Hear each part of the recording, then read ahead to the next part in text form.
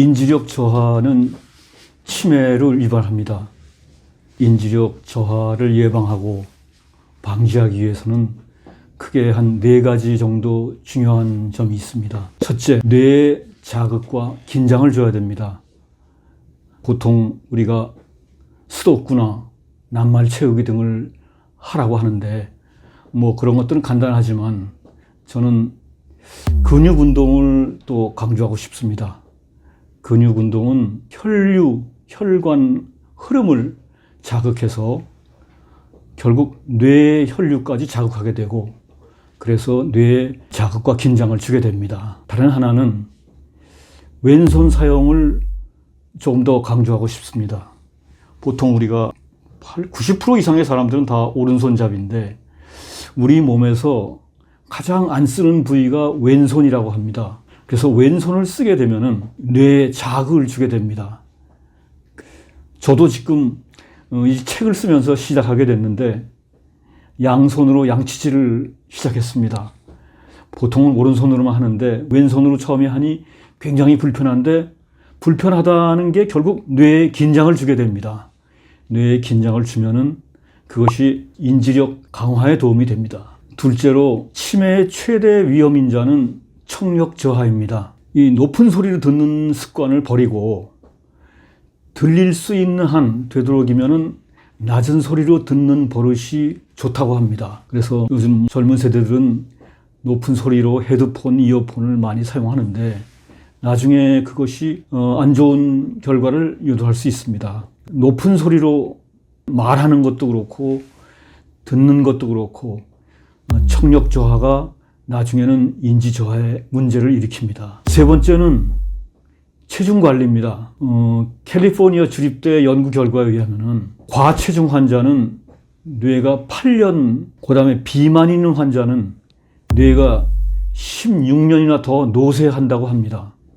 그러다 보면 치매 가능성이 훨씬 높아지고 그래서 과체중과 비만을 관리하는 것이 치매에 도움이 됩니다. 다른 하나 중요한 사실은 햇빛입니다. 햇빛과 치매와 우울증의 관계입니다. 햇빛은 비타민C 생성에 도움을 주고 그 다음에 기억력 장애에 밀접한 관계가 있습니다. 햇빛이 부족하면 기억력이 떨어집니다. 그래서 많은 학자들 얘기는 하루 20분 햇빛 쬐기가 영양제보다 100배의 큰 선물이다. 햇빛과 그리고 몸을 움직이는 운동은 행복 호르몬인 세로토닌을 증가시킵니다. 그래서 지금 말씀드린 뇌에 긴장을 주고 자극을 자꾸 주자. 그 다음에 청력에 대해서 신경을 쓰자. 그 다음에 체중 관리. 그 다음에 햇빛을 적절한 양을 쬐이는 것이 치매, 인지력 저하, 그 다음에 우울증 개선에 도움이 됩니다. 노화 늦추기의 마음 관리에 한꺼번에 얘기해서는 쉬면 쉴수록 늙는다고 합니다. 조금 어폐가 있지만 죽을 때까지 열심히 배우고 열심히 일합시다. 그리고 또 하나는 많이 앉거나 많이 누울수록 치매 위험이 증가합니다. 되도록이면 서 있고 앉아 있다가도 자주 서고 그 다음에 좀 활동적으로 움직이는 것이 다른 건강에도 다 영향을 주지만 뇌의 건강에도 큰 도움이 됩니다. 우리가 간과하고 있는 게 건강의 핵심 요소가 다 좋은 것이 아니고 부족하거나 넘치거나 하면은 문제가 생깁니다. 적절한 균형을 찾아야 되는데 그 중에서 특히 호흡을 하는 산소와 먹는 것, 음식, 그 다음에 움직임, 운동이 부족해도 문제고 넘쳐도 문제입니다. 하나씩 설명을 드리겠습니다. 산소는 생명의 필수입니다. 상식이죠. 하지만 산소를 통해서 우리가 에너지를 생성을 하는데 자연스럽게 활성산소가 배출이 됩니다. 에너지를 생성하기 위해서는 산소가 활용이 되고 그걸 통해서 활성산소가 발생이 됩니다. 그건 자연스러운 현상인데 이 활성산소가 과잉이 되면은 역으로 세포 노화를 일으키고 염증을 일으키고 또 질병을 촉진하게 됩니다. 그래서 많은 건강학자들이 활성산소의 피해를 줄이자.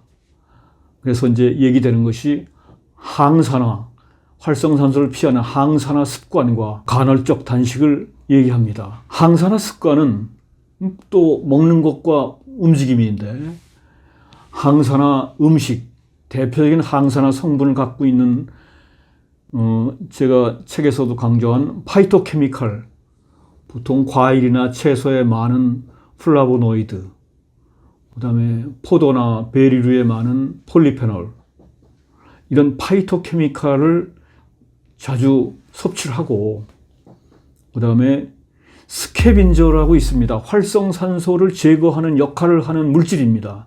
스캐빈저가 많은 식품을 섭취하자. 베리류, 녹차, 견과류, 다크 초콜릿 같은 것들이 있습니다.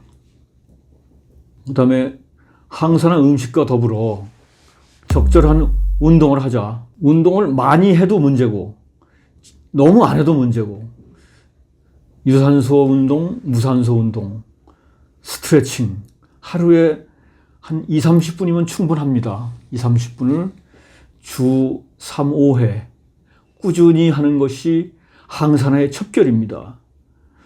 아주 그렇게 무리할 필요는 없습니다. 산소 다음에 음식, 영양이 있습니다. 이것도 다 아시다시피 음식은 생명의 필수입니다. 하지만 과잉 시에는 비만을 일으키고 만성질환의 원인이 됩니다. 또 해독이 잘 안 되고 독소가 축적이 되고, 그래서 제안하는 것이 간헐적 단식과 먹는 순서입니다. 단식이 좋다는 건 알지만 정통 단식은 너무 힘들고 실행하기 어렵습니다. 그래서 제가 제안하는 것은 많은 사람들이 다 제시하지만 간헐적 단식이 아침에 한 끼를 건너뛰는 것 자체가 그것만 해도 훨씬 더 항산화 작용을 할 수 있고, 탄수화물을 가능한 한 나중에 먹는 방법, 이것이 만성질환, 특히 당뇨 예방에 큰 도움을 줍니다. 다음에 세 번째, 운동입니다.